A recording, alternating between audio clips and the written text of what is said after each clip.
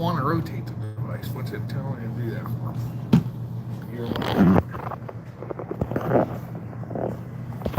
Oh, for crying out loud. No, I don't want to do that because they'll turn the camera around. Nope, we're just going to turn it sideways if I don't like it. I guess we'll have to see if it... I'll watch it on my phone and see how it works out. Well, it says we're going, so... If we're sideways on the thing, I guess we'll have to do it then. Yeah, we're sideways. Well, crud. Might want to mute yours. Mm-hmm. I guess we got to do it this way. That's all right. So... Possibly. We're trying to figure this out. Bear with us.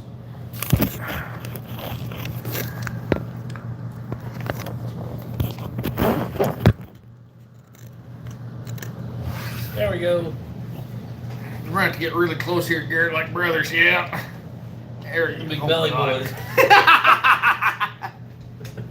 Oh my goodness. So I'm going to read off, guys, when you get in here. I'm going to read off what's going on. Yeah, because I can't see it from back here.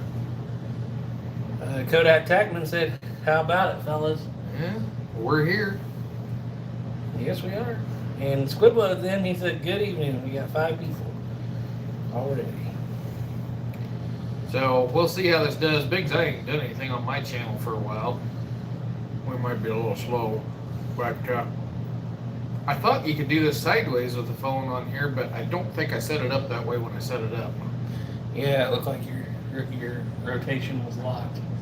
Yeah, I think that was when the setup process. So. This will work. Well, we're up to 8. Go ahead and chime in. Make sure you can hear us all right. Hit the thumbs up on Duke's channel here. And I'm kind of relaxed. The other reason I'm leaning back is because I got to keep this chair from falling over. So I'm kind of pinned up on the wall. Yep.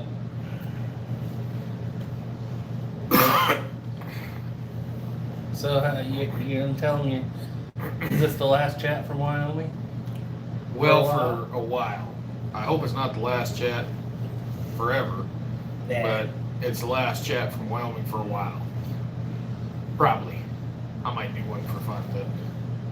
Doug Dukes is in. He said, hey guys, hope all is well. Well, Doug, I got done with my season yesterday, so we're already off to a good start. Yeah, just relaxing. But, yeah, boys are up here visiting for today. So we filmed one video, just kind of an impromptu off the wall. Otherwise, we just travel around because you guys ain't got a lot of time. I ain't got a lot of time. Looking at some historic sites. Yeah, but the one place we went to, we couldn't film. But the other one, I don't know if we can film or not. We filmed. We saw some pretty interesting stuff. The war club that may or may not have killed Fetterman. May or may not. You got me there quick enough. I was about to say killed Fetterman. Yeah, I'm pretty sure it had a hand in it. Mm-hmm. Yeah, it was kind of one of those solemn, surreal days. Mm-hmm. But we'll get into it in a little depth here. I was going to see if it blows up a little bit. I'd love to tell Caleb that you want his hat, but he's in the other room and he hasn't joined us yet. Yeah, no, he's got more pressing things he's worried about. We're not important to him anymore. Yeah. I won't get too in depth into it, but it's prettier than we are.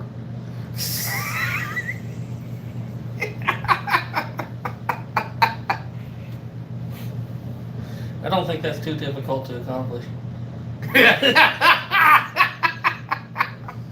Oh man, so yeah, just up here having a good time, going around. We saw some fossils.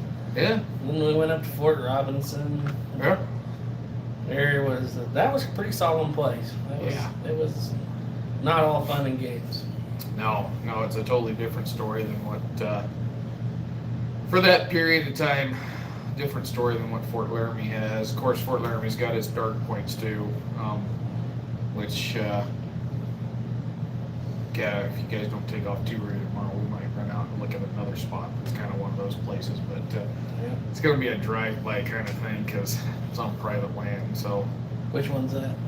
where they hung the two chiefs. Oh, okay, yeah, no, I haven't been to that one yet. How far is that from the fort? So they hung two chiefs at Fort Laramie. Yeah, it's out there about where I'm going to be deer hunting at, but it's out about where the 3 Mile Hog Ranch is at too. So why would they? What's the story there? Why would they hang him so far from the fort? So what the deal was is this is in 1865, and so there's at this point there's a pretty large scale war going on.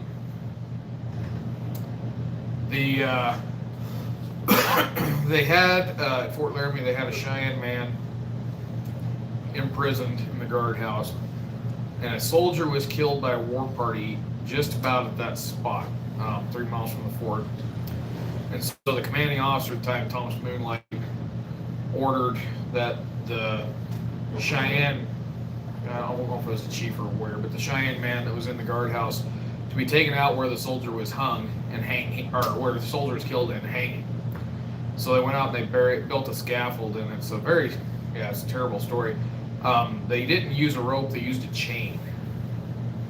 And they hung him from the scaffold, but they didn't tie his hands, and so he managed to pull himself up this chain and crawled up on top of the scaffold, and they had one soldier go up and try to push him off, and the Cheyenne man pushed the soldier off, and so they sit down on the bottom with poles and pretty much beat and pushed on the Cheyenne man until he fell. And that finally was enough to, his strength was gone. He couldn't pull himself back up again. But about 2 months later, a couple of Lakota men had brought a captive woman in. I forgot her name, but met her family members. She was captured in Nebraska, and the Lakota men were wanting to show that they were peaceful, so they managed to get possession of her and brought her to the fort to turn her over to the soldiers. And Moonlight, being the arrogant SOB that he was, I curse a little bit, I'm on my channel, ordered that, it said that they were the ones that were involved for her being captured, and ordered both of those men to be taken out and hung. And so they hung them, built an additional scaffold off the one that they'd already hung the Cheyenne man on, and hung both of those Lakota chiefs there. Huh. And so that was in 1865. And yeah, Moonlight was not a very good commander at Fort Laramie, so that's another one of those the solemn stories. Is he the one who was in charge when the horses got run through? Yeah. Yeah, and after that, that's when he pretty much got kicked out of the military. Yeah. Doug wants to know if you mailed his holster yet. It's sitting on my desk. I'm going to try to get them out. If I don't get them out before I go to Colorado, I'll get them out. So sometime here in the next couple weeks, I'm going to get everything I've got mailed out. But your holster's still sitting there. I've got it. I'm just in the middle of packing and trying to get everything organized, so it will be coming. Yep. We're all going to be leaving about tomorrow. Yeah, and that's the thing. It may be after I get to Colorado, because I'm heading out to deer camp to help my friend do his hunters out there, and I'll be out there for a week, 10 days, if not a little more. But yeah, if you got one ordered, paid for, it's coming. Just give me time. It's coming very soon. Probably within, like I said, next 2 or 3 weeks. So, why don't we talk about that book that you've been reading, you were suggesting to me? I read it a little while ago. Oh, it was a while? Circle of Fire? Circle of Fire. And that Circle of Fire covers the Indian War of 1865, which is the one I just described. It talks about that hanging of the chiefs, Moonlight's. They call it Moonlight's mistake, where he got his horses stampeded.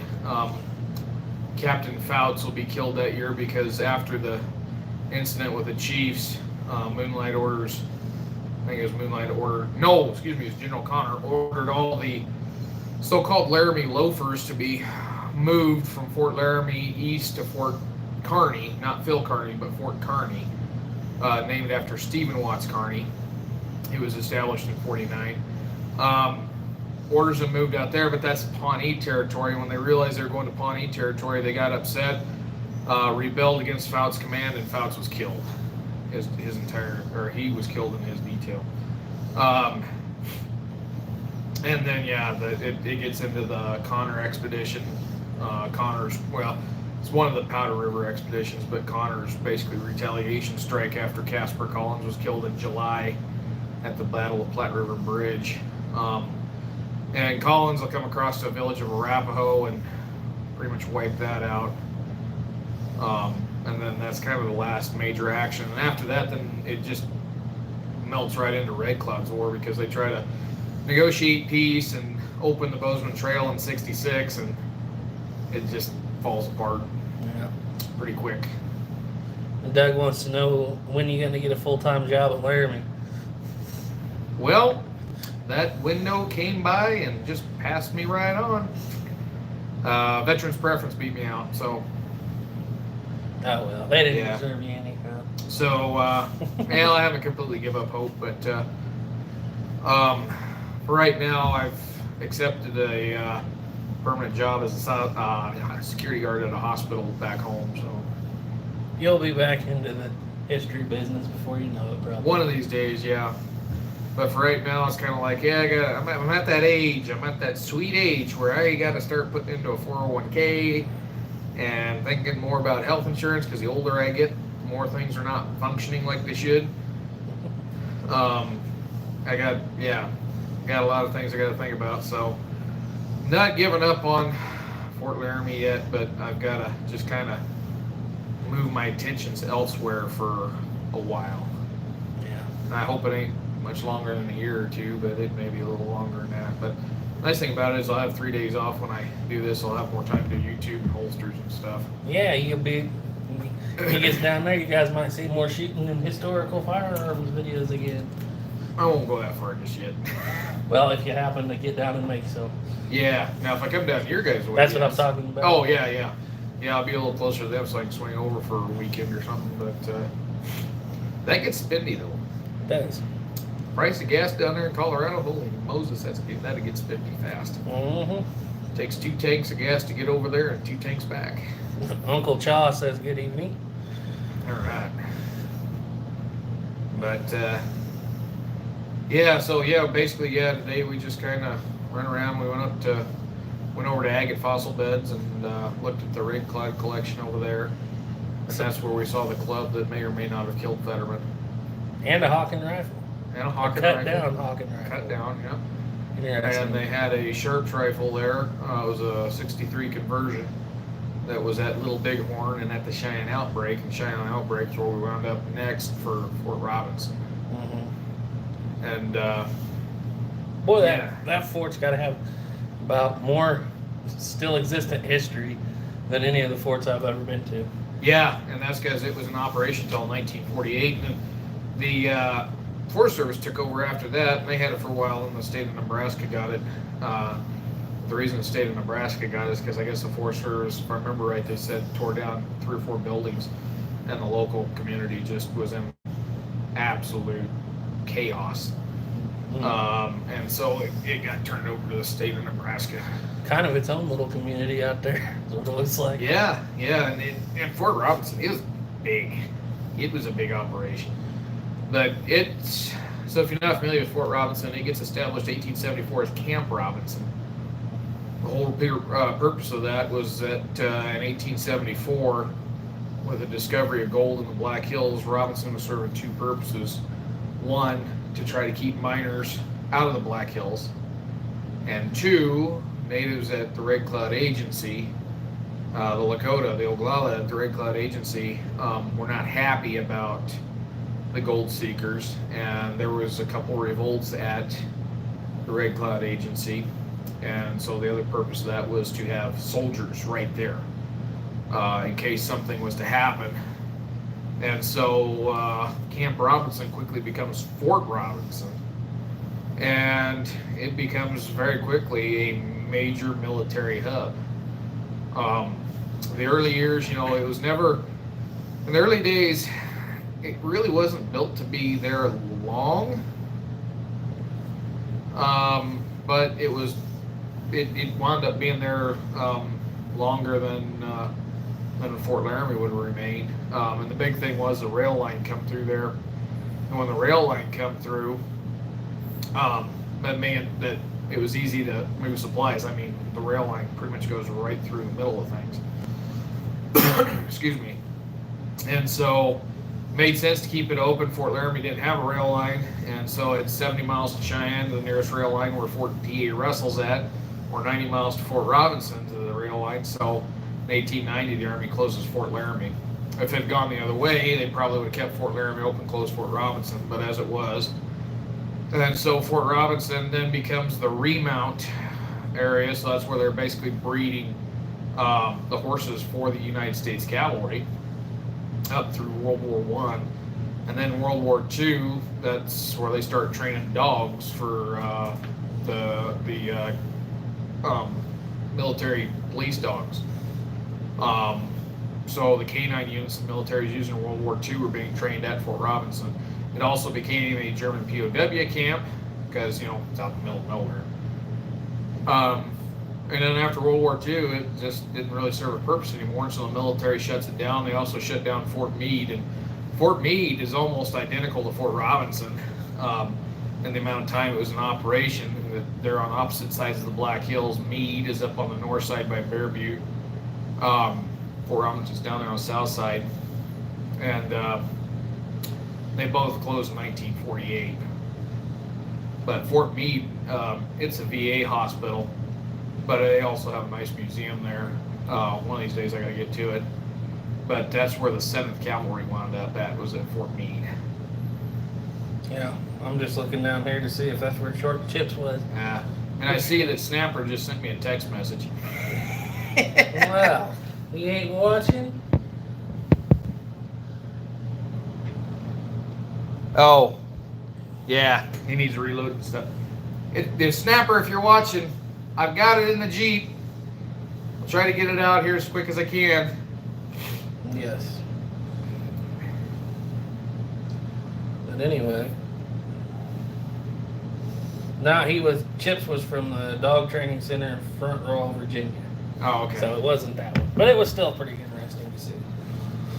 But if you've seen the movie Cheyenne Autumn, that Fort Robinson was a part of that.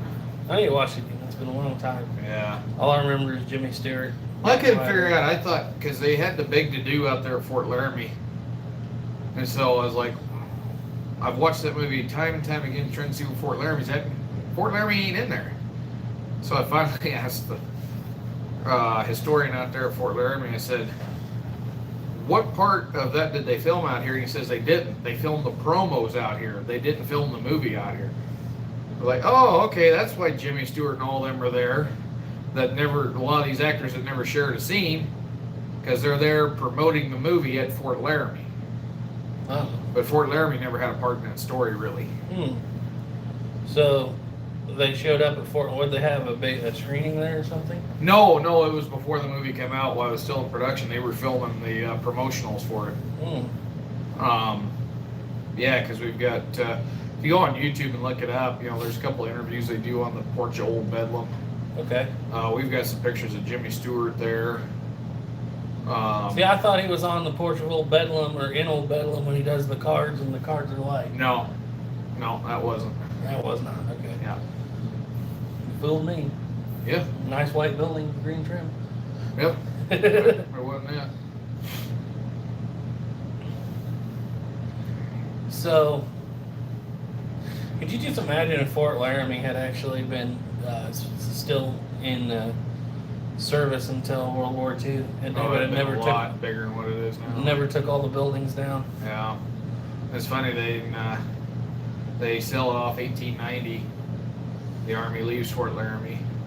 And then in 1957 they established Camp Guernsey, which is just 13 miles west of Fort Laramie. So, what company was there in 1890? You know? At Fort Laramie? Yeah, when they left.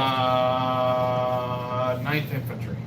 Okay, so there should be. So they would wind up probably in the Philippines, right? I would assume. I don't know where they all wound up at. I just wonder if the standard infantry rifle there was the 1887 trapdoor with the ramrod or the cleaning rod bayonet when they left. That'd been I interesting to have see. no idea. If they got the updated time from 1887. Probably not. Yeah. Would they have been considered a secondary unit at that point? Not that important. I have no idea. Well, a lot of the Western forts, they were some of the last ones to get the newest equipment, with the exception of during times of conflict. So they were the first ones to get the second Model Allen conversions. Yes. Some of the troops up there were some of the first ones to get the 73 trapdoor carbines. Yeah, and those came early. Because I'm not sure what Company K the 2nd Cav had. That was the main Cav unit that was at Fort Laramie in 74. Mm-hmm. There was a couple others that come back and forth between there and Fort Fred Steele. But probably likely that they had Spencer carbines. That seemed to be pretty standard across the board. I think in 73, like they didn't turn out any rifles, but they may have turned out, like turned out 4 rifles, I think, but they may have turned out like 2,000 carbines early in 73. Yeah. Like that's the first thing they did. And I need to go through the records and see what I can find, but I don't know when they did that transition or what they transitioned from. Well, I know they transitioned to the carbines, but I'm not sure exactly when. How long those Spencers would have stayed in service? Because that's one thing that I was thinking about doing if I come back as a seasonal next year. Because like I said, it all's up in the air is what happens. But I was thinking, if I come back there, I'd probably things I portray. A corporal of Company K. I'd probably want to try to do the early 1870s. So I'd probably walk around with my Spencer carbine. Yeah. I'm just thinking, what would be the nearest actual armory, like the nearest storing firearms armory, like big one? God, that would be probably Omaha Barracks. Omaha Barracks. See, that's what I was wondering, because you always hear the stories about when firearms enter service. Right. Development's easy to find. One of the hardest things to track down that doesn't seem to be that written down is when they get out of service, when, how, and where do they go? Yeah. Well, if they come out of service, they get sent back to Springfield Armory. That is true, but for instance, the Walkers, I've been studying on that a little bit. They weren't in service very long, and then they wound up in the Santa Fe Armory. Yeah. The 500 of them did anyway. Uh-huh. And so they were really only in service for like a year and a half, and then they go sit in the armory. And it seems to be up in the air whether or not they were sent out to the New Mexico expeditions, or they sat in that armory until the Civil War. And I want to say some of the Dragoons were issued them a second time. that were down there, but I think some of the mounted rifles wound up with them. Well, I mean, this is after the war. Yeah. And they turn them in for their Dragoons, and when they the Dragoon revolver, when they turn them in for the Dragoon revolvers, they go to the Santa Fe Armory. Uh-huh. And I saw one place, and this is just an internet source, but it was in a forum. A guy was talking about and quoting I can't remember the book, but he's like, some of them probably went on New Mexico expeditions, and some of them probably wound up in the hands of friendly natives. I probably wouldn't be surprised. I didn't know if anybody And for whatever reason, I'm getting a phone call from Colorado Representative Lauren Boebert, so I'm guessing they're asking for money. She wants to talk to you. She wants to take you to the movie theater. I doubt that. So if it's really important and it's actually really her, she can leave me a voicemail because I ain't answering right now. I'm doing something more important. Oh my goodness. But no, Dustin's friends with her. Oh yeah. Yeah. Look at that. Louisiana. Doug Duke said, "Sorry to hear that, Duke, about you leaving." It's not permanent, but I definitely have to do something different for the winter. And depending, if I like this new job, I might stick with it for a little bit, but I definitely need a break. Yeah. Louisiana Gray's in. He said, "Good evening." Squibbleload said, "I'll try to catch the show on replay later.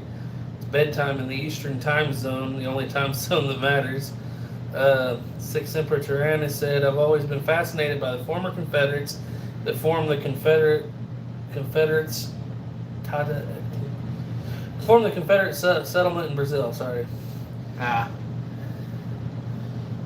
Hey, you want to do me a favor and text Snapper and tell him I'll get him out as quick as I can? Yes, I've sir. just been busy. Yeah. I will do. Because I don't think he's actually watching. Yeah. I will do that.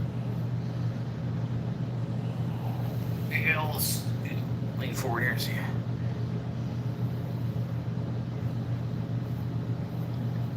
Oh gosh, now I'm getting another text message here.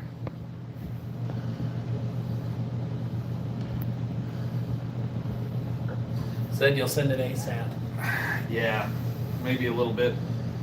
Don't tell him to get on the live stream. I don't know how you do that on your end. No, I mean just in the chat. Oh, in the chat, yeah. Yeah. Usually we run the live streams from my end, so we're not on StreamYard tonight. Yeah. I got kind of tired of doing it though because it seemed like YouTube was hitting us every single time. Well, I mean, it wasn't every time. It was like twice this year, but that was enough for me for a while.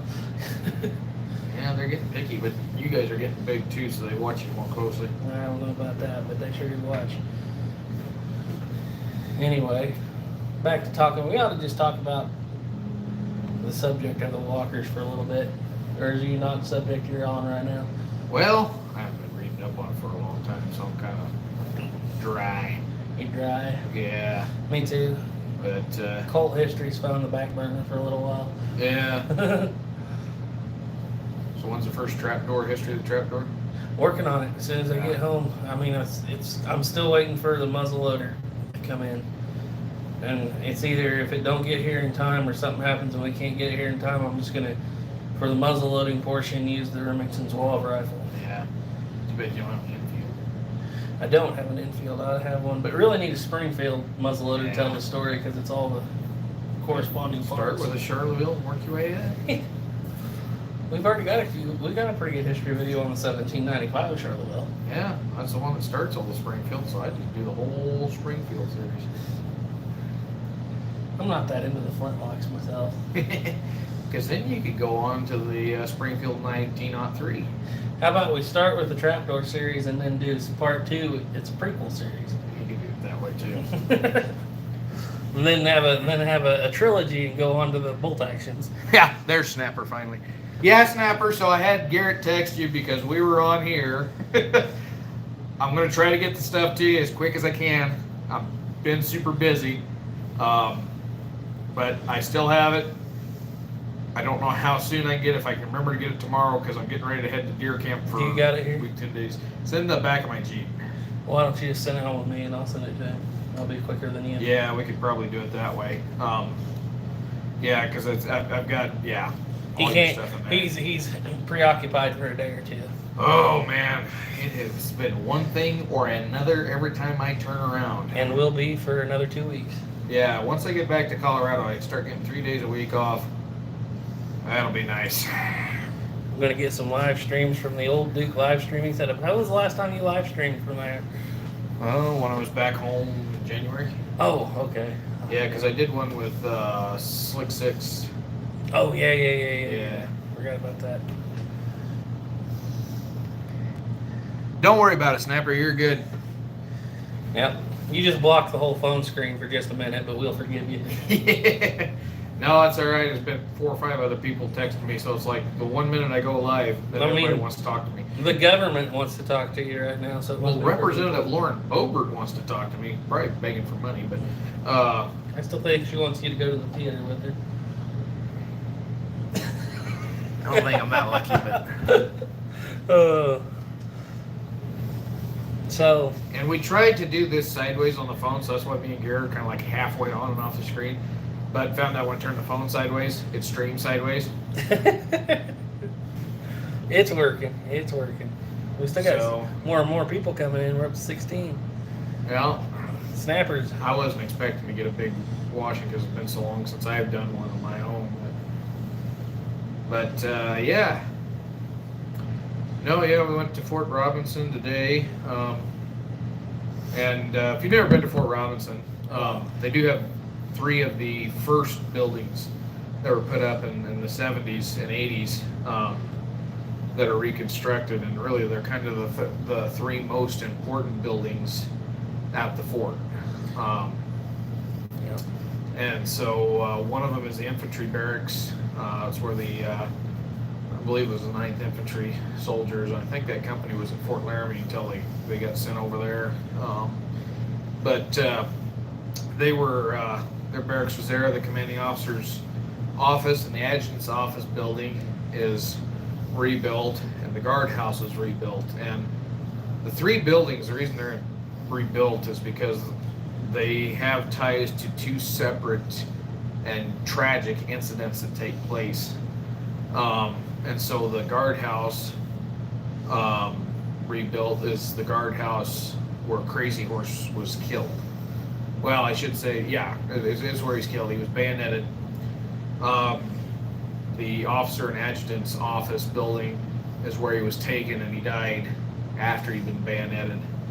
And then the infantry barracks is where the about 150 people under Chief Dullknife that had fled from the reservation in Oklahoma to return to the Red Cloud Agency, and then eventually they wind up getting to the Powder River, or not Powder River, the Northern Cheyenne Agency up in Montana. They were kept in there, and when they found out they were being sent back to Oklahoma, they escaped and fled once again, and it turns into a bloodbath. And Frederick Remington painted a picture, 2 paintings. He did 2 paintings of that incident. One of them, if you've look up the book January Moon, it's on the cover there, and the soldiers in the snow lined up firing cavalry soldiers. And the second painting is a little less known because it shows the aftermath, and so it's got the depiction of dead Native Americans on it. And so they hid both of those incidents. Yeah, it's. Yeah. What I thought was interesting was you said they hid their guns under the floorboards of the building. How'd they get them in there? They put them on the women and children. Oh, really? Yeah, they gave the weapons to the women and children. Hit them gave them the bad guns, and turned into bad guns that didn't function, and then they hit them under the floorboard, and then when they broke out, they had their good guns still. And because they didn't trust the government at that point, and fought their way out, and what month was this? So they had fled in 1878. They arrived up there in December of 78, and they broke out and were all captured by end of January of 79. Well, that's what's interesting is because the reports that I've been into here lately a lot, especially the gun turn-in reports. Yeah, those are from October of 79, and specifically from up here. And that's right. Yeah, they were up there for several months. Yeah. And you know how I always find it funny that like everything is muzzle loaders except for a handful? I wonder if those are the guns from there that the women and children turned into muzzle loaders. They kept their repeaters. Yeah. The Lehmans. It could be, yeah. I mean, it would make sense why there's so few lever actions or Spencers or Sharps. Oh, yeah. Turkey Creek saying you didn't get a notice. Yeah, I didn't figure it would be. It's because I'm not very active on here, so. We were within a stone's throw from Shadron today, Turkey Creek. We thought about going up and seeing the Fur Trade Museum, but didn't quite make it. No, we'd have made it there just in time. Every time I get to the Fur Trade Museum, we've only got about 20 to 30 minutes to look at the whole thing. There'll be more trips. Yeah, and one of these days we're going to go to it first.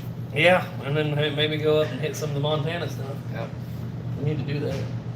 Oh, that's doors. Wonder if Caleb's finally coming over. I don't know. There ain't no room even if he wanted to. So, yeah. Right.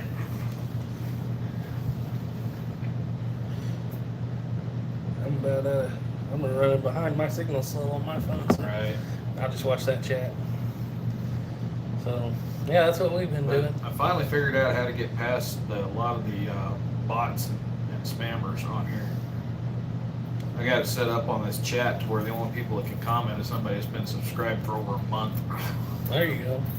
So any new subscribers out there, you got to stick around a while before you pop up, and that's just kind of we got tired of deleting nasty posts. Turkey Creek said I'll have a video out pretty soon on the Museum of the Fur Trade. Oh, good. Have you been up there recently? Been through our country? Well, I guess you're from our country, so through Duke's country, I should say. But yeah, but no, I got done at Fort Laramie on Wednesday. Today's Thursday. Today's Thursday. I got done yesterday.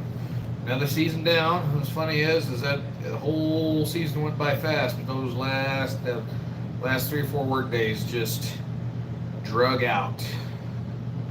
So I was actually kind of happy to be done with the season this year. It's one of those things. Usually I'm sad when the end of the season comes around, but this time around it wasn't sad. Yeah. I mean, there's parts I'm gonna miss. You know, I got a great supervisor. I got the historian out there.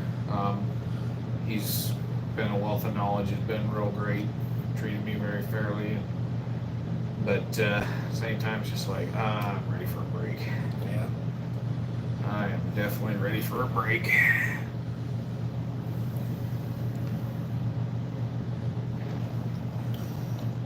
Yeah, he's talking to someone else there. Oh, okay. He's gonna make a video. Yeah, we understand, Snapper. Crazy busy. It's It's been so busy we haven't even had time to stream. yeah, like I said with Garrett, I'm gonna send your stuff with him and he'll get it out to you. That way it's a little quicker. Yeah, that's fine with me. Of course, I might have a box big enough. But I'll see tonight. I might be able to get it out here in the morning. But oh god, every time I turn around, something else pops up, something here or there. Everywhere. We will look and see. Yeah. We're getting in the habit of leaning forward to read. But I don't know if mine's picking up yet. I might be able to. There we go. Now we're picking up. I think it was some native. Okay, Louisiana Gray said, oh, he's talking to Snapper. Okay, so okay. Got you. They're talking about Colts over there. So you got a new firearm in your collection? Yeah, I do. We can talk about that. Yeah, so Your favorite brand? Whoa, that far. So one of the viewers out there, real good friend, he come by the fort out there, and I got talking with him, and gave me this old, well, it's not real old, it's older, Remington pocket pistol, brass frame, that he had, wasn't shooting. So one of these days I'll have one of those to do a video on. I'll probably wait till I get over to Kansas to do that. But yeah, it's kind of a neat little gun.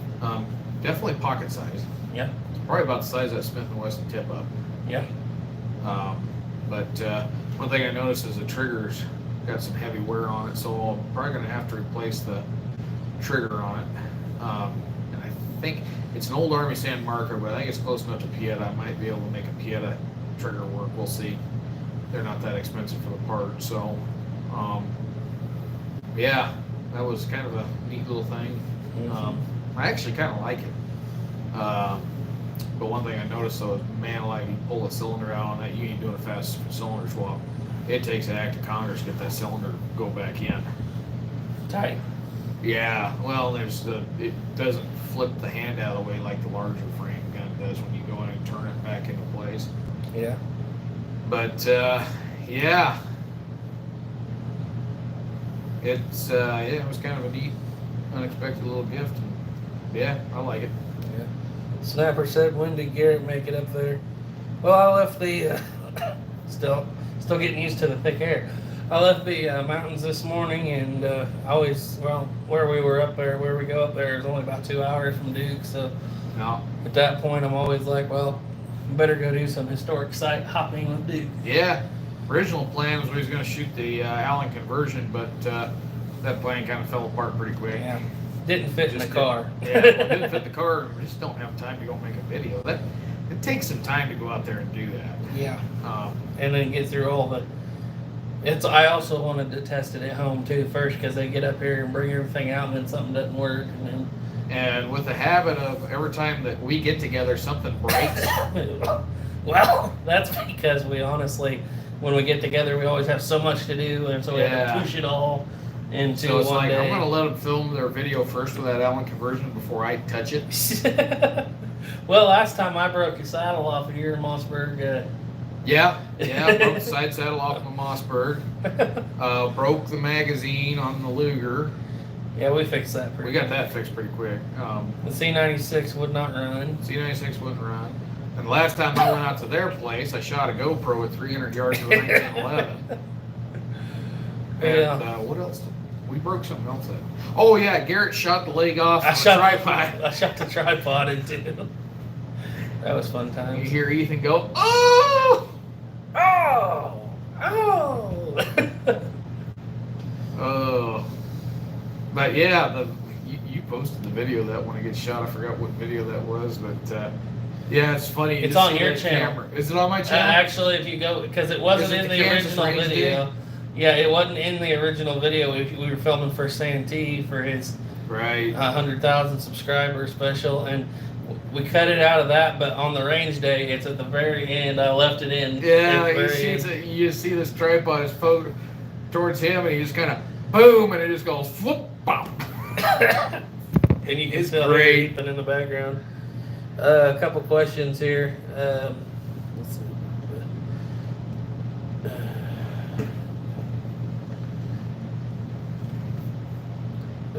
Desert Rat 45 said, "What's the highest velocity factory ammo you'd use in your Birdie's 45 Colt?" I wouldn't want to go past 900 feet per second, really. Well, that's pretty up there. Yeah, that is. For a 255 gram bullet for factory ammo. We've proven, especially here lately, you might be able to see it. I'm not going to give anything away, but we've pretty well proven that you can get past 1,000 feet per second with a full load of black powder. Yeah. With a 7.5-inch barrel. But when it comes to smokeless, you don't want to push them too hard. Yeah. And those Birdies, I mean, they're not made with the same quality of steel like Ruger or something like that's made. Yeah. So I wouldn't, put a steady diet of real hot things through there. I think if it's Sammy Spec, you're fine, but not plus P. Which Sammy Spec doesn't get past 1,000 feet per second. I know my buddy, old Sam, that I'm going to go hunt with here soon. He's got some barrel-loaded 45 Colt. You do not put that in a Birdie. I got some too. Oh man, that stuff is screaming. That's for a Ruger Blackhawk only. That's what I loaded, 24 grains, 315 grain bullet. Yeah. Getting an average of 1258. That's 1,106 foot-pounds of energy out of a 4 5/8 barrel. Yeah, that's pushing barrel load. Yeah, that's kind of what I had it for. But, I mean, honestly, if you really want to know what you can do with the Italian remakes, look up the Hank Williams Jr. load. He spent quite a bit of time trying to get those, what he thought would be maximum. Now, it's not saying you should use that by any means, and I'm not going to tell you what it is, but just look it up and you'll find some data on what people really consider max for those guns. Yeah.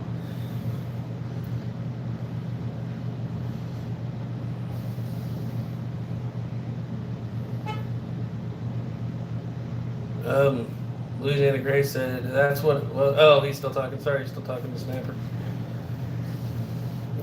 Hardy's in, said, hello, you silly humans.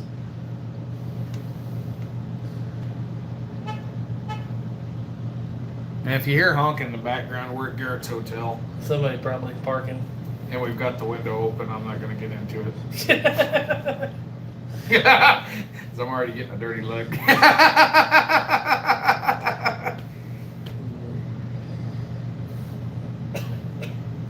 But yeah, no, you be watching, you're going to find some, I think you're going to find some very interesting data coming up around some of our channels, not our channels, but some of the black powder channels on 45 Colt loading. There's some pretty interesting stuff that's been discovered recently. I've kind of helped some people out with it. so a snapper. So very interesting. Yep. Let's just say that the 45 Colt's more powerful than people give it credit for. Oh yeah. Yeah. No, that's why 44 Magnum really ain't that impressive, because 45 Colt can achieve all of that. Yep. It absolutely can, and especially in modern guns, in the correct modern guns, yeah. And you get a little bit bigger bullet. Well, really, it's not that much difference between the two. Well, it's not, but you can do it with a bigger. Basically, you can shoot the same weight, Yeah. but you get a bigger hole Yeah. by about 3 calibers. But some people argue the penetration's better on the 44 Magnum because your density's better. I don't know. I think they're really neck and neck, loaded hot, Yeah. both of them. Let's see. Desert said lots of controversy over the birdies and modern loads. What I would stay away from is jacketed stuff. That's going to hurt you more than anything. Wonder what happened on mine, because Well, we're still alive here. I lost the chat on my phone. We appear to still be alive. Let's see. Hardy said, have you had any experience with HMS Cowboy 4570 dead on at 50 yards and one on paper out of 20 rounds at 100 yards? HMS, it's the kind of a gray box with a cowboy on the side. Oh yeah. I found it light. I never messed with 4570 out of that. What were your cowboy load 4570s from? Black Hills? Black Hills. That's all I shot out of that. HMS is a little better, but they're still nowhere near. I've shot HMS 45 Colt, and they just perform about like any others. Yeah, I think HMS is on the upper end of the cowboy load. Yeah. So, because I know I shot Fiocchi, and Fiocchi's like the weakest of the weak. and you ran Pedersoli Sharps. So what did you like the best out of Pedersoli Sharps? All I shot was Black Hills. And it shot pretty good for you. Oh, it shot really good. Until I shot Black Powder through it, so I couldn't broadside with bar. You got to have the correct speed, that's for sure. And correct bullet. And the Snapper said, I'm so excited for when that 45 Colt info comes out. It's going to shock many people. Yes, it is. He said, Hardy said, I bet my bet is the cowboy loads just don't have the oomph to reach out to 100 yards with any accuracy. And I think you're probably right. You got to be pushing it to an extent. The thing about the cowboy loads is you're kind of in that boundary. Well, in the cowboy loads too, because in SAS you got to have it under a certain velocity. Mm-hmm. Just because there's bullets falling and everything. But the other thing too is like on some of those older guns, you can't stay within the pressure and get the same speed of black powder. Yep, black powder will. What he's saying is black powder in the right pressure will outperform the smokeless at the same pressure. Yeah. I would encourage you to, maybe you're not into it, get you a couple hand loading tools maybe and try to load you some black powder. Because it's not really the velocity, it's the pressure that's behind that's pushing it to that velocity. And especially like on original black powder Colts, like you could shoot a Black Hill smokeless that's doing 800 feet per second, but in that same gun you can put a full 40 grain charge that's doing 1,000. Over 1,000. And it comes down to is if you put that smokeless load to 1,000, then your pressure is too much for that gun. Yeah. He said, I tried a box of Levolution rounds and I don't think the bullet even stabilized in my sharps. 0 hits on paper at 100. Never even knew where the rounds went. No, you're going to find the Levolution 4570 is hot stuff, really hot, you're talking about the flex tip, which is a light bullet, which is basically a hollow point, even though it's got the flex tip in it. Once it gets out there, that dude's gone. Yeah. And what I found was shooting those, I've shot them in several of my 4570 handy rifles, the Buffalo Classic I had at one point. The bullets disintegrated in the air. They were going so fast with that hollow point. They hit like a shotgun at the target at 100 yards. It just fragmented in the air. Yep. And that may be what's happening. That's what happened when I tried to use them. They're just moving too fast and the construction wasn't good. That happens too with 22 250. Not with the correct bullet. Them bullets we were shooting, 55 grains, doing 4,000 feet per second, 55 grain bullet, hollow point. Well, They there's was your trouble. vaporizing out the muzzle. You don't need no hollow point. You need to get good, just Remington steady load. Or you could just get a 223 and do the same daggum thing. Not to the same distance. You just gotta aim higher. Hell yeah, you don't want that flat point, that flat trajectory. Yeah, he said, I knew it wasn't ideal, but Cabela's gave me a box when I got the gun. Yeah. No, they'll shoot through those modern reproductions. They'll handle the Levolutions just fine. It's just that's what I found. The bullets just would not hold together. It was a way lighter bullet. It was a 325, Yeah. I think. And just moving at such a screaming speed, they were just coming apart in the air. I'll tell you what, my friend Sam, he was buying 4570s. He bought a box that was rated for his Winchester 1886. And he showed that box to me, and I looked on there, and the box says 4570 Magnum. 325 grain hollow point traveling at 3,000 feet per second. I said, do not shoot that through any gun you got. And then he showed me he's got he's got a buffalo bore with a 500 grain bullet going 2,700 feet per second. Those are good in like your break open single shots. 45-70s. I wouldn't shoot any of that. I told him, I said, definitely don't shoot it in the sharps. Yeah, the sharps action isn't as strong as I told him I wouldn't shoot anything besides these 1886, and even at that, I wouldn't even shoot anything other than a Marlin guide gun. Well, you know, the 1886 was built for the 5110. The 18, well, no, I thought it was built for the 4570, and then they'd be for It is. 5090. But I believe 5110 was the max they shot through. So the action should handle it. But Yeah, and that's what it said on there. It said the box specified what guns it was made for, and it was Winchester 1886, the new ones made in Japan. the Ruger number 1, probably. Yeah, Ruger number 1 was on there. It said the Winchester High Walls, which is the Winchester, not the Ubertis, and the Marlin guide guns. Stephen M. Mann said, what have I missed? Nothing much yet. Nah, we just been kind of sitting here chatting. Gina Wood said, oh, look at you guys. Now I do have to watch what I say. West Covina Dodge says, good to see us both together and glad he can make it. Yeah, hey, West Covina. I haven't seen you on chat for a while. And Gina said, hi to Snapper. No. Not doing too bad on 19. Yeah? One channel with half a screen. Yeah. Oh, now it says we're up to 20. Oh. Getting up there. But, yeah, we'll probably shut her down here in a little bit because it's damn near 8 o'clock. And, I don't know about everybody else, but I'm getting tired. The Saboteur 45 said, like an awkward interview. Yeah. Well, you know, Saboteur.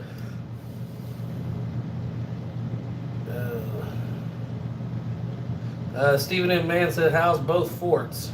Well, Fort Laramie's still standing. Fort Robinson's still standing. Visitation at both was down.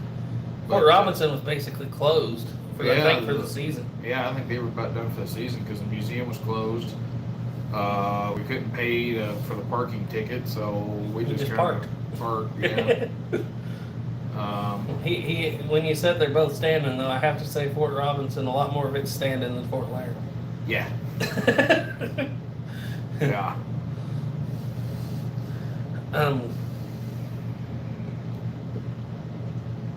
Yeah. Hardy said, would you say Birdie Peacemakers are good with a diet of plowboy loads? I want a load to be my pet load, and it seems to be the most historical. Yeah, I've shot tons. I don't even know how many thousand through even my open top. You know, everything Birdie. That black powder, that's what they're made to do. And even if Birdie steel isn't as good as Pieta steel today, it's better than the steel they were using in 1873. Well. And so, yeah, you're definitely good to go there. Yeah, my 73 single action Army handled them all right. Yeah. All I can say is Henry didn't like them worth darn. don't try to go up to like a 300 grain bullet with that. Yeah. That does build pressure. You can't hardly do it with 40 grains anyway, but that builds some pressure that's pretty intense. But yeah, the 200, the plowboy load as we call it, 255 grains, 40 grains of powder, you'll be good to go. Yep. Snapper said, I bet if YouTube would have let us know of the live, I bet there would be many more people watching.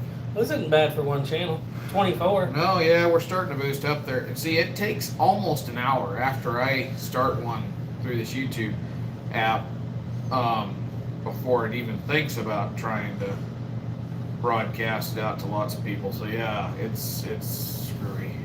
Stephen M. Mann said, no Bob Fry there, huh? Not sure he's even alive, or he's still alive. You know Bob Fry? I don't know Bob Fry. You knew everybody else we talked to or saw today? Well, yeah, I know the guys in Agate because they come over to Fort Laramie. That was a very interesting place. Yeah. The war club that was used to instrumental in killing Fetterman. That was Yeah. very interesting. Whether it actually killed him or not, but it was involved for sure. Okay, Mr. Brooch says, men, may I have your opinions of the Uberti Colt Walker? Thanks. I like him. Yeah. I've never owned a Uberti. I've only owned the Colt second gen Walker. Right. And I've got two of them. Army San Marco for a while. The one thing is and I think Uberti has addressed this, but they were getting really light on their springs. Mm-hmm. So my first Uberti Walker I bought, it's got a really powerful mainspring. That thing chews through cap jams like they ain't even there. Yep. It doesn't cap jam. The only time I had a cap jam was when the one cap fell down, got between the bolt and the hammer. Yeah. Right on the cam.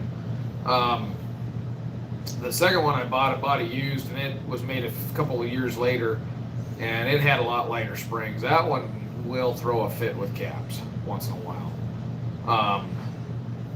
But overall, I love them. I stripped the cylinders on them, so it's got the end white cylinders like it should have. But yeah, they're great. But definitely not a first gun you want for a cap and ball. Well, you really don't have any other options nowadays for a Walker. And for crying out loud, do not pack 60 grains of powder in them cylinders. Just shoot 50 because you will peen out the wedge and the barrel lug where the wedge comes through the wedge slot. And eventually it just starts to get real sloppy. But yeah, 50 grains, it's about the max you want to shoot. And I think that's the max that Uberti even advertises on their card too. Yeah. And somewhere, I read it in a book, and we still ain't found it. One of them books, there's a letter that Colt says this is to be loaded with 50 grains for the round ball and the conical. Yeah. And conical, I don't know if you can get 50 grains into that conical. With a bigger conical, With the correct short direction. Yeah. It's a very long dude, but it's very undocumented on that. I've done a lot of research on that. You and me both did. Remember when we did this, and I was doing the Colt series like right off the bat, and you were helping me. Right. And we did that kind of deep dive into that. I think you even called Mark Hubbs on those conicals, didn't you? Yeah, I tried to see because he was going to see if he could get them reproduced, and the needle nose pickets is what we're talking about. They couldn't reproduce them, but not the 1851 Dragoon bullet. And if I remember right, the powder flask that the Walker holds would only throw a 50 grain charge. It might very well. I've never actually used the powder flask, but like Marcus said, the first manual of arms that he has on it is like 30 grains in a conical, and the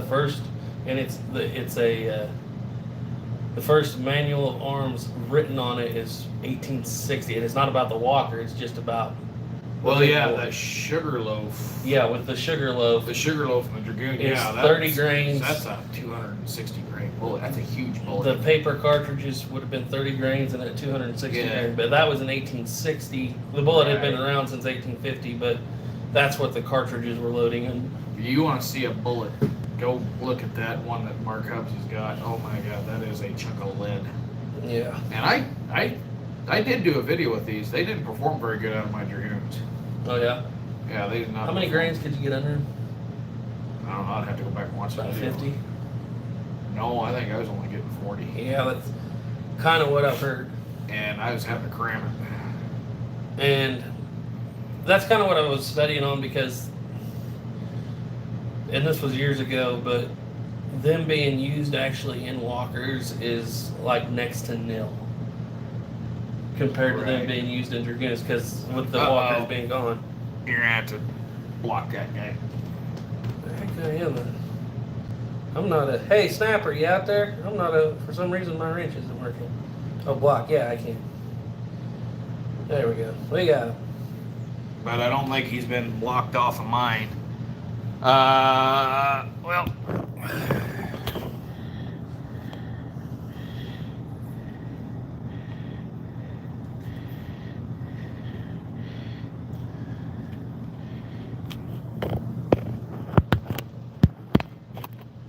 Take care of that.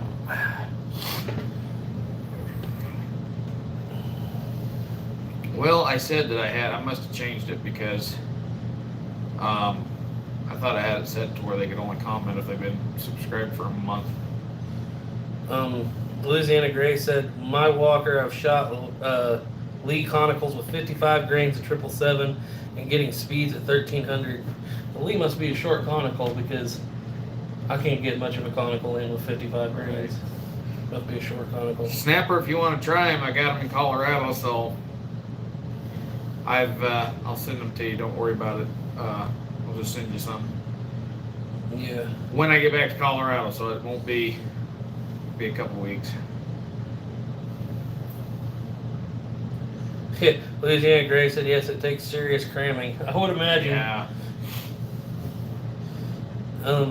Let's see. But yeah, we were kind of doing the study on that on the original walkers and Borrow your phone for a quick second. yeah, the it's interesting. The 220 grain needle nose. We call it the needle nose, the picket bullet. Yeah, maybe you're right. Louisiana Gray 230. We're gonna do this.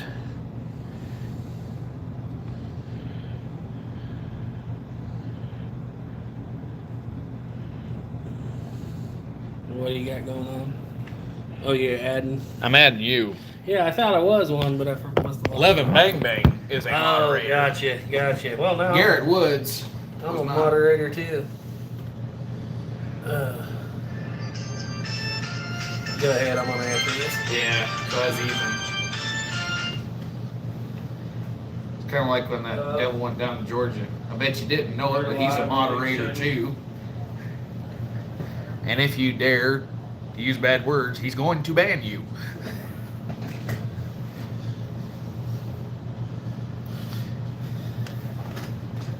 I'll take it back here for a little while. Oh, Caleb, you finally decided to get off the phone, huh? You could come join us.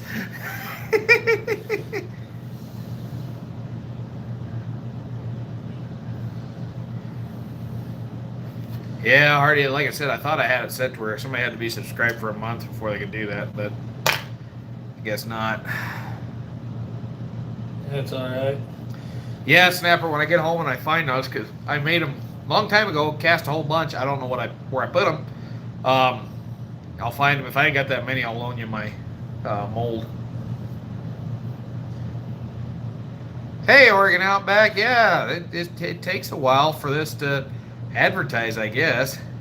Oh, Sabater commented a little bit ago, wanting to know if you were going to show off the new squirt gun Yeah, eventually. in a video. I took it apart because I noticed it had a real hair trigger and that the hammer didn't come all the way back, and the trigger has a lot of wear on it. So I'm going to see if a piano trigger will work in it.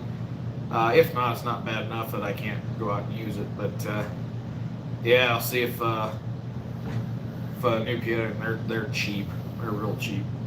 Put one of those in there and see if that fixes it. And then I'll take it out and shoot it. If not, like I said, I can still go out and shoot it. It's just that when you bring it back to full cock, you can't see the sights.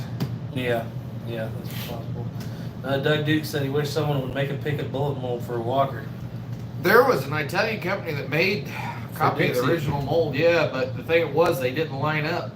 And it was only 170 grains. Yeah, that's right. Yeah. It was not correct. But no, Mark Hubbs and I talked about that, and he told me, he said that Lee could not make that style of bullet. I don't know why, but they could not make it. But thing of it is, the way it's. Oh, Caleb's at the door. Oh. Go ahead. Yeah, something about it, they couldn't make it. You can have the chair for a while, Caleb. Yeah. Yeah, Caleb is on screen. Yeah, the other brother. The little brother. Yeah, I'll be back here. he had somebody prettier to talk to for the first hour. I'm here. Let's see. We were talking about a picket bullet.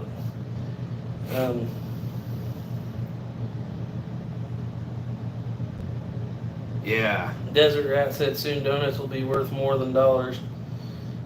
that's true. Oh, I see you commented you're standing at the door knocking. Okay. Yes. I couldn't hear nothing back here. I didn't either. Snapper You're said lucky hi, Caleb. Angelica heard it because she pointed to the door and told us she was coming. Louisiana Gray said that's right. Let us see Caleb for a while. Yeah. People keep asking when you're gonna mass produce that hat, Caleb. I don't even know who gave it to me. I think it's a one of a kind. It kind of is. Yeah, Doug Dukes wants one. Yeah. We need to start producing them. Because he commented on the short that he wanted that hat, and then he commented on the chat that he wanted that hat. Have you seen that GoX is going to be taking a more active role in the black powder community? Maybe we can get some industry experts as guests on y'all's channels. Yeah, maybe. Get somebody from Estes. Yeah. Yeah, Estes Rockets, yeah, they definitely, well, I mean, they were one of the bigger buyers for GoX because their little rocket engines, guess what? They're made out of black powder. So, and then also, I didn't realize this, but the United States military still uses a lot of black powder. And their artillery, don't they? Yeah, because it's still a great initiator. I So, couldn't believe that when Ethan was telling me that earlier. It's Yeah. like, really? Black powder didn't go out of fashion. no, it hasn't. Yeah, so my understanding they're shipping, they were going to ship this month, some of the first. It's out. They showed up to Friendship early in September with a truckload. Yeah. Well, they're going to start shipping to people that have ordered, is what I understand. Yeah. Be interesting. Or was it to distributors? They're starting to ship black powder, so GoX is back in business. I don't know what the price tag per pound is. It was already getting ridiculous when it went out of business. But It's going to be $35-40 a pound, and not even counting your yeah, and I was paying hazard fee. when I bought it from Graff and Sons. I had ordered 20 pounds to get it in at $20 a pound. Yeah. No, excuse me, 10 pounds. I had to do 10 pounds to get it in at $20 a pound. I think Graff and Sons has a limit now anyway. You have to get like 10 pounds. Yeah, and that's why Doug Duke said, now tell Caleb I want his hat. It's kind of dirty. Saboteur 45 said, I noticed when I was in Fort Laramie's library, Remington seemed to be more popular with tribes. Yeah, There were a lot more Remingtons around. there were, and the reason for that is they got surplus. Yeah, that and Colt They were wasn't cheap. making any for about 5 years. Yeah, there's that too. Yeah, no, you do see the native accounts say that there are more Remingtons. But, you know, if you look at, who wrote the letter? C.C. Agur. He was the commander of the district that Fort Laramie was in. He writes a letter during Red Cloud's War and says that the Remington guns are such poor quality the soldiers have no faith in them. So that's, and the military surplused most of the Remingtons at the end of the Civil War. Because they had 225,000 Colts and 215,000 Remingtons, and most of the Remingtons got surplused. Yeah. Now units like the 7th Cav, the 2nd Cav still had their Remingtons after the Civil War, but a lot of those got surplused. When did the Army surplus the Star revolver? Ouch. God dang it. I don't remember. Star was in with a mishmash at the end of the war that goes out quick. You know, there was a point there in the late 1860s or early 1870s when they surplused everything, including the Model 3s, Smith & Wessons. Good Lord. Yeah. Because they were going to something else. And Scratched my nose and I pulled the hair out of my nostril. Jesus, that hurt. you're crying a little bit. Oh. Yeah, they wound up on the civilian market pretty quick. The ones that didn't were the 1860 Armies didn't wind up on the civilian market very quick, and the Rogers and Spencers took 50 years almost to wind up on the civilian market. Yeah, that's because they got put in the warehouse and Yeah, never but saw they forgot combat. about them. Yeah. Man, alive, that hurt. You mean that'd be like going and opening up a cabinet and be like, oh, I forgot I put those French fries back there. Yeah. What was it? Mike Bellevue said they were next to the Ark of the Covenant Yeah. in storage. And we have an original, and Ethan doesn't like it as much as the Star, and I don't think Caleb Well, I likes handled it. much. It's too big. But if you let it recoil and rip, because it holds 50 grains, Right. if you let it recoil and rip, when it comes back, the hammer's sitting right there, and at least on my thumb. I really enjoyed it because it didn't bind like a Remington, didn't cap jam like a Colt. It's like the best of both worlds. Yeah. Well, for me, I It just just didn't fit your hand. Yeah, it just didn't fit my Yeah. hand. Holy moly. Hardy said, I kind of wish the big players like Uber or Pedersoli would be visibly active in the community. It's a small group. Come chat with us. We don't bite hard. Well, they do with Cap and Ball, but he's over there where they're at.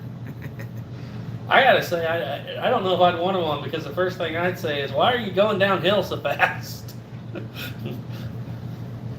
Nothing really coming in here lately that strikes me as high quality. Let's put it that way. Right. I've noticed that we haven't bought a new one for a while, but the last two we bought weren't the greatest. Kodak Tackman said, be glad to see GoX booming again, pun intended. Oregon Outback. Well, let's hope it doesn't boom. Yeah, That's what shut it down the first time. it was, wasn't it? It blew up. Yeah, it burned the down. factory blew up in Louisiana.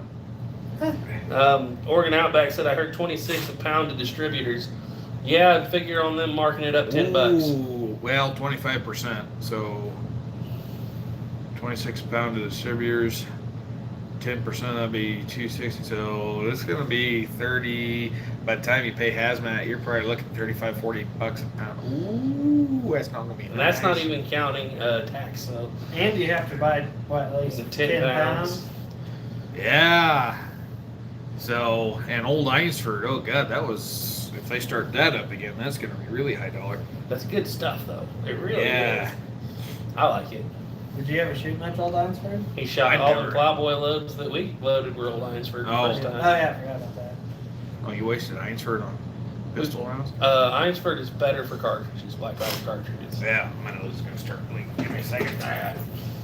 Anyway, one man's trash is another man's treasure, said the saboteur. That's true. West Covina Dodge, I have enough to only exit out the window if the house burns and tell the fire department to just let it burn.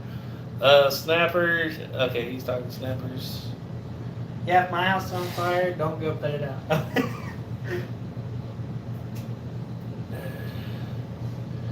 Yeah, Hardy said that he uses only, since the Ballistol started coming into the smaller channels, he uses exclusively Ballistol.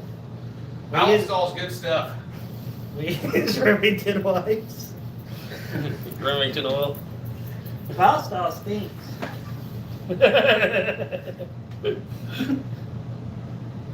You're not getting Duke an endorsement here. We're talking about how they're helping out little channels. You're not helping Oh, out. it's the greatest stuff they ever made. Use it every time. I'd rather smell Ballistol than when I smelled when I walked in the door of this place. That is true. Oh, Oh god, there's funny. So Ballistol is one of those things that some people smell a stink, and some people don't smell a stink. I don't know what it is. There's some people that just cannot smell Ballistol, and I've heard people tell me that it doesn't have a smell to them. it smells to me. And so one of the guys I worked with at Fort Laramie, who's since retired, as well as guys, he could not smell Ballistol. You couldn't smell it all, huh? He couldn't smell it at all. And so he decides that the leather for the cannons out at the fort. So the carrying pouch for the rounds, the all the other stuff needed to be oiled, and we didn't have neat's foot oil. And so he takes his can of ballistol, goes into his office, which is in the center of the whole building, and he just takes the lid off and just starts pouring it out on the leather and rubbing it in, because it says on there it's okay for leather. I personally would not use it on leather. So he's pouring it in there, rubbing it in. He had everybody in that building gagging because, oh my God, it was. And then it doesn't help that in his office, when the AC comes on, this is the summer, so the AC is running constant, that the vents for the AC, because there's 2 AC units, are on opposite sides. So it's just pulling that smell right out of his office and into the whole building. Oh my God, that was terrible. And I remember my boss going there and he says, "What are you doing?" He says, "Oh, I'm oiling this leather." He says, "What are you using?" He says, "Ballistol." He says, "It smells terrible." It's like, it doesn't smell at all. It's funny. Let's see. Snapper said, "My wife hates the smell of ballistol. I'm not allowed to use it in the house." Let's Convenient Dog said, "I like ballistol since I spilled a quart in my trunk and got used to the smell." Oh, man, that's bad. Stephen M. Mann said, "I'll stick with hot water, dish dry, and sewing machine oil." Yeah, that's basically what I do. Yeah. I use a Remington oil, but I'll use about anything. It doesn't really bother me to go the thing of it is ballistol really helps with Pyrex. Yeah. That's the one you really want to use it with. I haven't shot Pyrex in so long. Otherwise, black powder. Black powder itself, it is corrosive, but not nearly as corrosive as Not as Pyrex. fast. That's for sure. And it's not as fast. And, some people on YouTube get on there and use use Pyrex and call it GoX to, say they're getting a faster velocity. I went there. I went there. Yep. No, I did right on in. Yeah, I'm getting a head shake on that one. But yeah, nope. I went there. You went right there. I went there, and it's kind of like somebody, out there. It says they got an 1870 carbine when they're shooting an 1868 rifle. Exactly. We're not naming any names, though. We're not going to name the name. No. They're too big a channel. If you know, you know.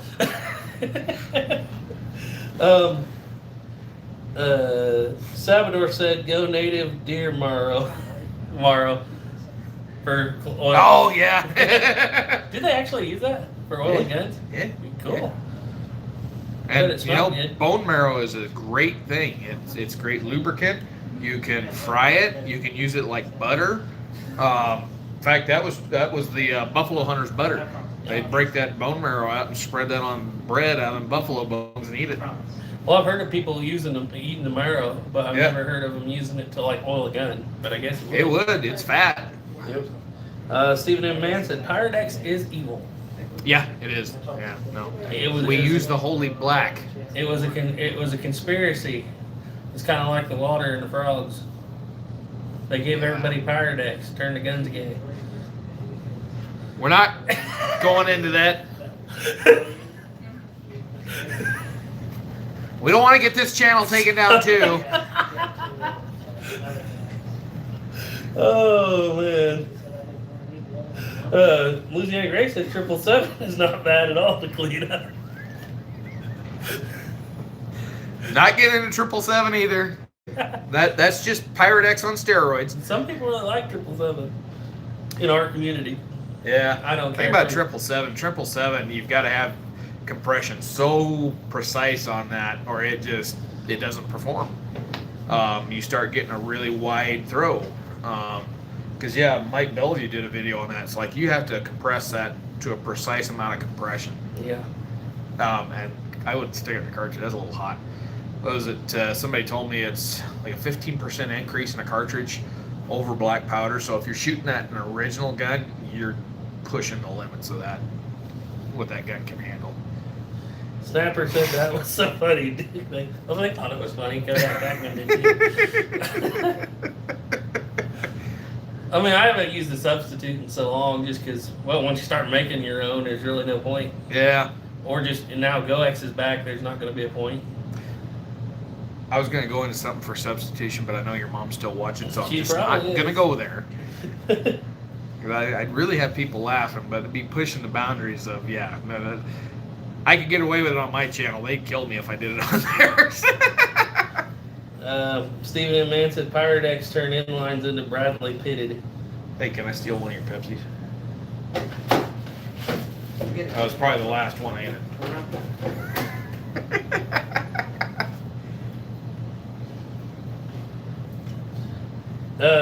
Sabater said I ovaled a Pieta Navy barrel at the arbor hole using too much 777. Yeah, that'll do it. That will do it. Franklin Force. Can you hear that?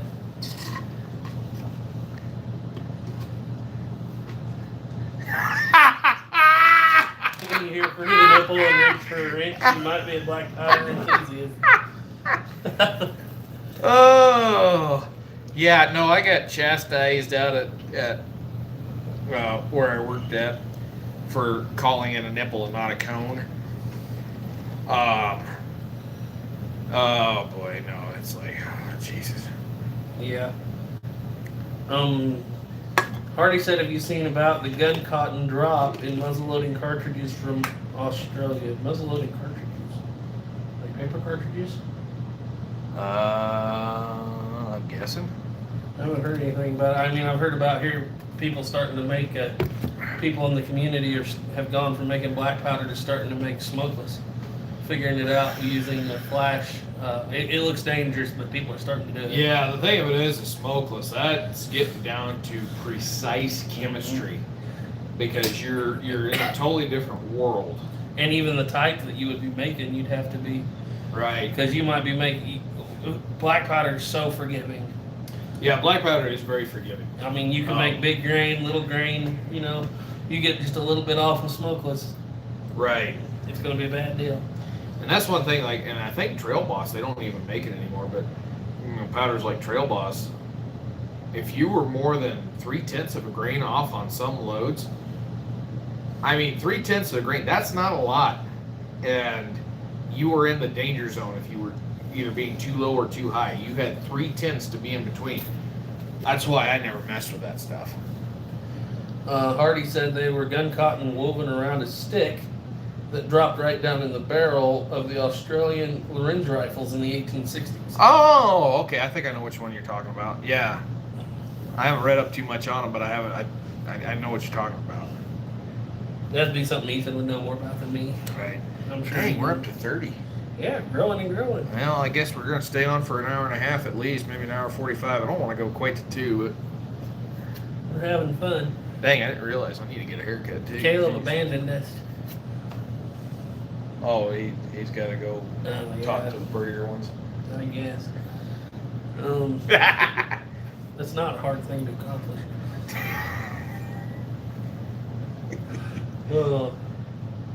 So anyway, yeah, we're just. How prevalent do you think the Schofield was up here? Oh, In the there's 75, 80s. no the Schofield specific.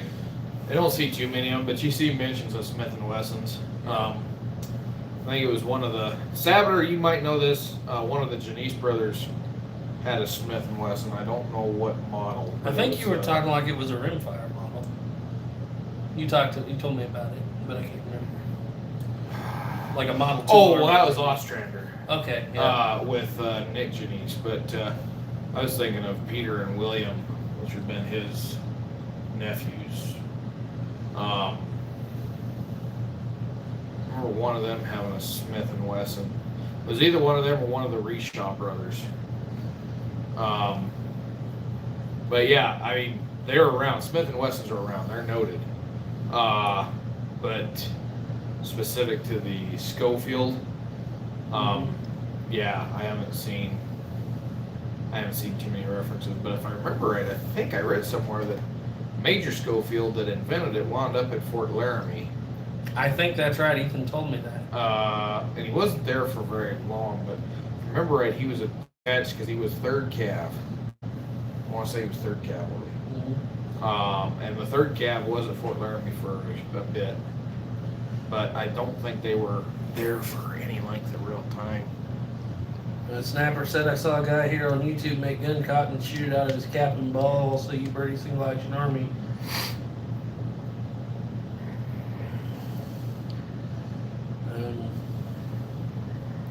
Sabater said Nick Janis got the Model 1 in the Wild Reshaws. I think they said William Janis had the 2 white-handled pistols. Doesn't say what model. Yeah, and that's Janice. Janice, sorry, yeah.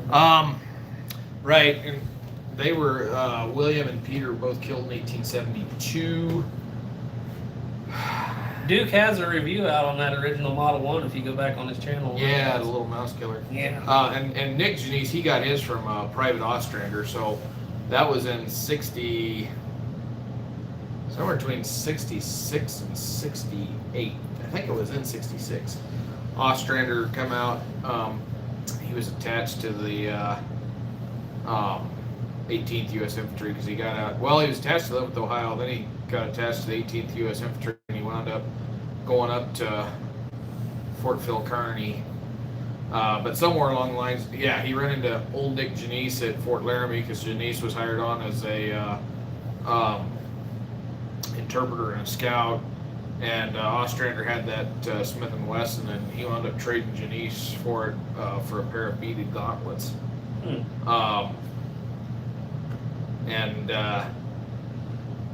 Yeah, so he had that little one, and then yeah, William Janice had a pair of.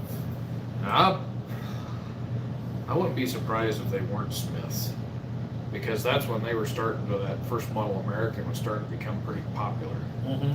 Because that was one of the first big cartridge guns that was out, besides the Remington. 69. Yeah, and he was killed in 72, so that would make sense. Yeah. Doug Duke said the gun cotton stuff was cool. The guy that made that video was in Gettysburg. Leaf022 said hi. Snapper said I don't have the guts to shoot homemade gun cotton out of any of my guns. Hardy says I gotta go to bed. I'm on Eastern time, so it's pretty late here. Bye, y'all. See you, Hardy. Yeah, it's 10:11 there. Yeah, I think we'll run here a little bit longer. Yeah. We're not gonna run too much longer because I know these folks are tired. I'm tired. I still gotta go home and get ready for deer camp. And I don't know, we're gonna get together tomorrow at all, or Depends however Okay. you want to go. You gotta be out of here by 8, don't you? yeah, somewhere between 8 and 10. Yeah, because I gotta go out and help my buddy cut wood before deer season gets started. So I know he wants to cut a bunch and get it stacked. Sabater said if they supply the northern tribes with good stuff, why shouldn't they keep some? That's true. Yeah, because those Janice brothers, they were in a lot of arms and cartridges. And that was one of the reasons why they didn't get hired as scouts in 76, because they had been noted for trading arms. And Louis Bordeaux, who was, he grew up out here around them, he got caught trading arms and ammunition over by Red Cloud Agency, over there at Museum of Fur Trade, where we were going to go to. Huh. You got nabbed, huh? What did they do to him? I think they shut him down, confiscated all of his material as war, whatever they call that. Yeah. Because Grant, after Little Bighorn, Grant ordered a proclamation in August of 76 that said anybody caught with any amount of ammunition which would be considered for use in trade and barter, and more than a reasonable amount of arms, would have those arms and ammunition confiscated, especially fixed metallic cartridges, as war, whatever they call that. More things change, the more they stay the same, huh? Yeah. Don't worry about that amendment. Okay. Stephen M. Mann said archery season is starting Sunday here. Yeah, and archery's already been in full swing here. It started like the 1st of September. I didn't want to pay an extra $75 to be able to use my bow. So I decided I'm going to wait till rifle season. I'm going to use my bow for my first one and then my 6.5 Creedmoor for my second one.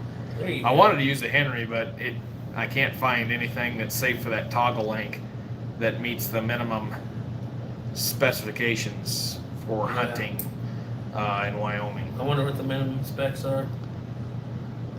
Because you maxing that out about 900 feet per second or so. Yeah, and it's got to have like out of a pistol, it doesn't meet it because it's got to have 500 foot-pounds of energy out of a pistol and 1,000 foot-pounds of energy out of a rifle. That's pretty hot. Yeah, that's pretty hot for that toggle length. Yeah.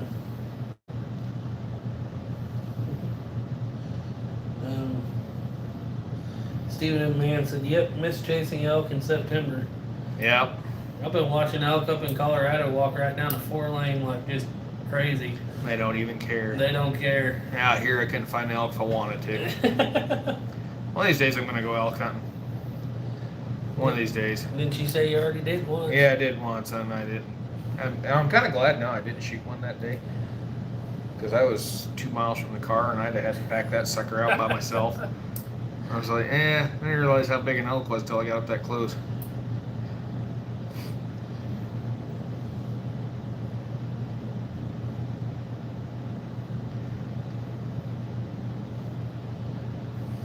Alright.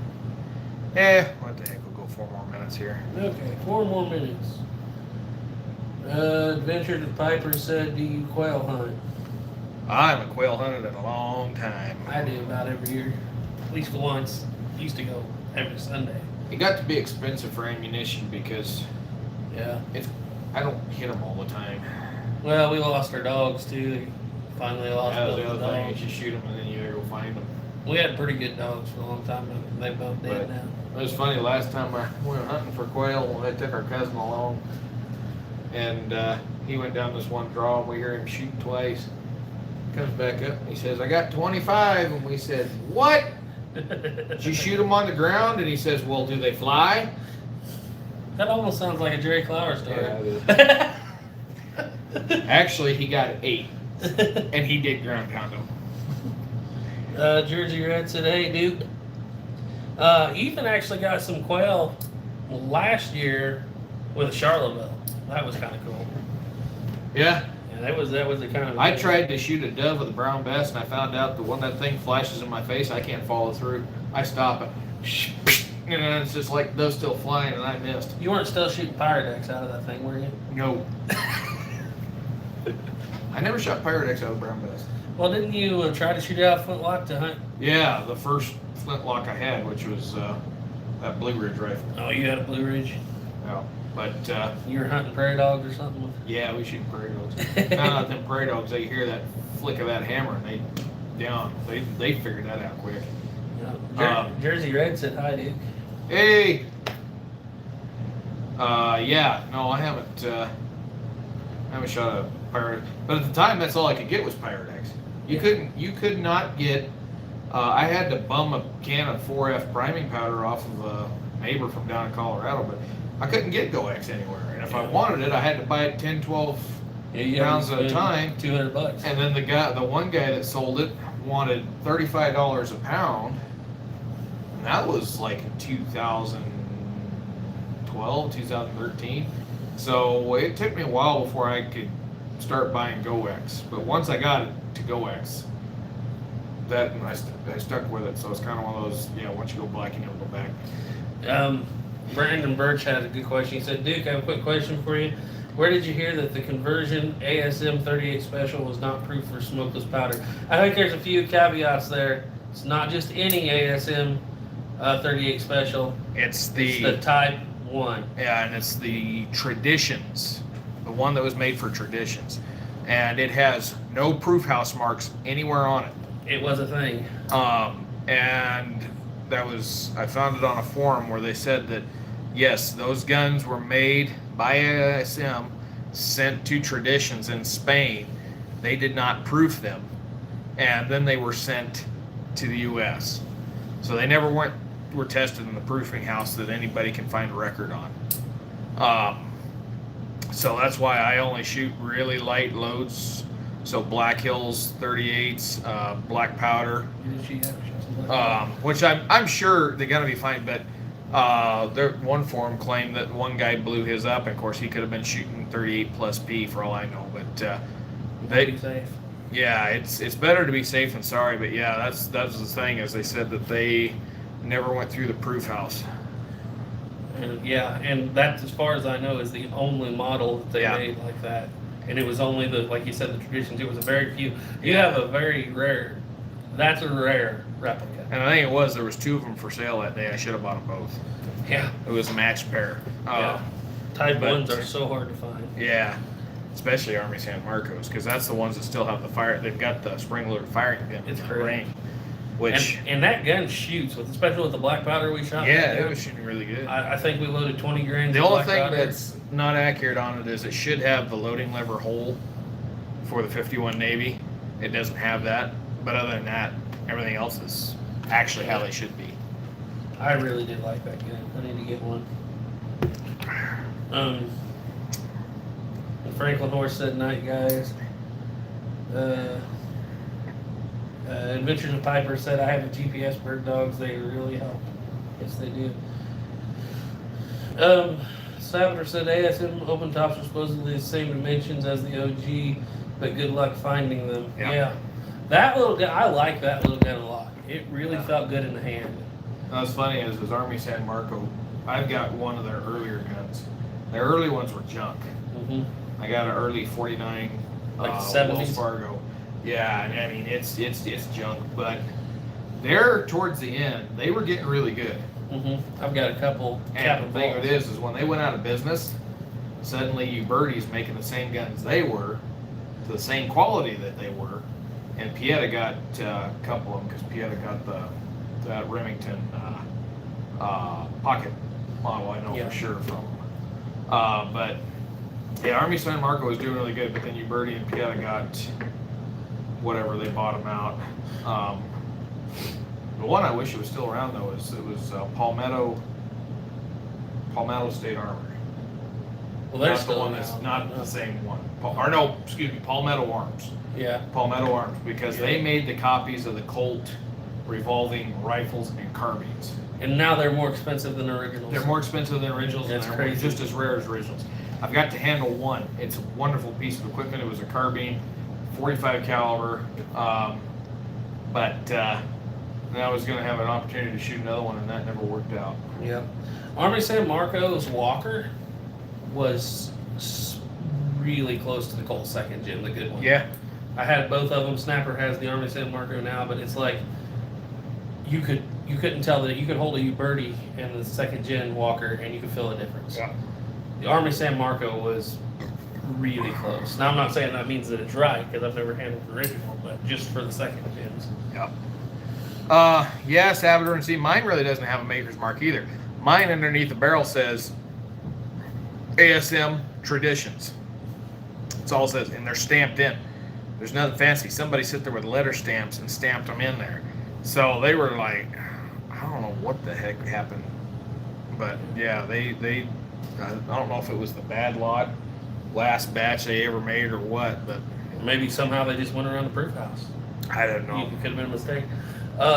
If you guys want to see a video on that, I think that video is actually on the 11DukeBang channel, but it's his gun and he's shooting it, and we're all shooting it, and it just shot so well.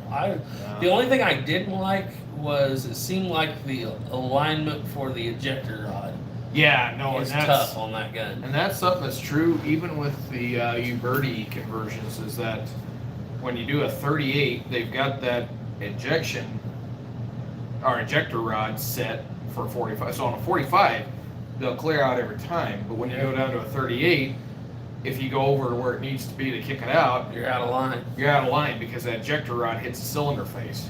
Mhm. So you've actually got to get an early start to kick them out. Basically, just hold the Geometry ejector is a against little the face of the. The ejector should just be a hair lower. And honestly, it's the same way on the one original 51 Navy conversion we have. Right. It's the same way. Yeah. So it's not the replicas. He said, never mind. His has a Navy Arms 38 Special marking. 11 Bang Bangs on, howdy. You should have come up, Ethan. Yeah. He was gone. The Army wouldn't let him go. I see. But you could have brought me my free AK that I was promised. Oh, I'll wait till he has an answer for that.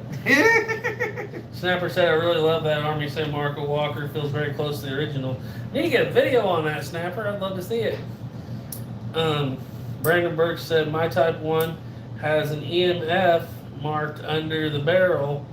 I have not seen any proof marks, though. So if it's EMF, and depending on what year it made, that was probably Army San Marco, because EMF now is strictly Pieta, but EMF back in the day imported all of them. It imported Uberti guns, it imported Navy Arms, it imported Pedersoli, and a lot of these companies that were back then that you see that they sold out and they got condensed into the big companies that are still around now. It's like Navy Arms. Yeah. They made Henrys and stuff. That's been bought out by Uberti. Their muzzle loaders got bought out by, and Sharps got made by Pedersoli. Navy Arms, I had a Navy Arms rolling block carbine in 4570 that was actually made, even though it was sold by Navy Arms, it was made by Pedersoli. Yeah. And Navy Arms, well, Navy Arms was also an So, yeah, that's what I didn't know, if that was the deal. Yeah, that's what it was, is importation. They might be getting from all kinds of people. Anyway, yeah, there was a bunch of companies that aren't around anymore that have their labels, and they're actually either Army San Marco, Uberti, Pieta, Pedersoli. Mm-hmm. What I was surprised is Pedersoli makes a really high-end Remington. Yeah. 1858, well, it's actually 1863, but they don't sell them in the United States. They're only for sale in Europe, and they're $1,000. That's interesting to me, because I feel like for $1,000 Americans could be making that. Yeah. You know, But Gina Witt said, Garrett, Colt is hearing you and looking for you. If you guys don't know, Colt's my black and tan coon. oh, that Colt. He's been gone for a while. He's staying with Mom. He must hear me through the TV. I hope he misses me. I miss him. You to go puppy. Where's the puppy? I sure spoiled him when I went out there, because he got to sit on the couch with me, and it was funny as hell. He was sitting in my lap, just loving getting rubbed on up there on the couch, and then he wouldn't stay off the couch after you left. Well, he knew he was in trouble because Garrett's wife walked in there, and the poor dog started acting like he was being forced to be on there, like he was trying to get down. Colt's got his own personality. Oh, he's a fun dog. Yeah. Salvatore said it's really accurate with 38 long Colt. My friend and I were hitting an old water tower, 200 yards, but just teasing. Okay, you got me on that one. Oh, you do have 2 videos on. Oh, I didn't know you already had 2 videos. I thought maybe a shooting video. But Louisiana Gray said I have a 51 imported by Atlanta, Georgia. It was imported by Atlanta, Georgia. It was made in the 7th of 1971. I really can't find out who is possibly DG something. All right, yeah, and I think we're going to shut it down here pretty darn quick, because we've already missed our 2 marks. Yeah, Colt's sleeping now. Well, we'll see him tomorrow. Kind of miss him. Get him car trained, then he can come up here with you. Yeah, Except finding a hotel that'll let you have pets inside. Yeah, that's another thing. And I can just see him chasing off something he shouldn't off in the power out in the park. He does like to chase stuff. Be out there at Fort Laramie, he'd be going around. Yeah. Salvador said Gunbroker has a 3-digit Henry SRC and 4440. SRC. Saddle ring carbine. Yeah, that's right. A 3-digit original Henry in 4440 saddle ring carbine? That'd be cool. I mean, I heard that some people converted them, but then I heard they didn't stand up to the cartridge well. Maybe he's talking about like Navy Arms. Okay, Navy Arms. Okay, yep. I was about to say that'd be something. All right. Well, folks, I'm going to start shutting it down here. So if you got any last minute questions, comments, concerns, because I'm tired. I know everybody else is tired. Yep. and my bed's calling me, and I gotta go home and move my guns back under the bed because I've been trying to get things organized, get packed to be gone. Yeah. Salvador said, "What is sleep?" Yeah, no kidding. I gotta get some sleep in before deer season starts. You're gonna be busy. I'm gonna be busy because I'm also getting all the hides this time again. So I've got, I don't know if everybody gets one, I'll have 6, 7, 8 hides plus mine. So there's, yeah, 10, 11, 12 hides. I'm gonna have a lot of deer hides. I got a lot of tanning I gotta do this winter. So maybe I ain't gonna have any free time. Because if I want to get my full buckskin suit, yeah. Everybody saying, All right. Yeah, y'all have a good night. Thanks for joining in. Yeah, we'll have to. Eventually, we're going to do something again together. Yeah. Maybe a little while, but Duke will be on a video on our channel on Sunday. yeah, because it's something we video. filmed today. Yeah, so just a little traveling video. So anyway, thank y'all for joining on. Stay safe out there. We'll catch you again on here. We'll do Tales of the Trail. Something. We'll get that going again towards the end of October. Yeah. But I figure we'll start lives again in November if it works for everybody. that works for me. So, all right. Thanks for all joining in. Stay tuned. Keep your powder dry. Stay safe out there. Catch you on the next one. Bye. Yes, I want to stop streaming.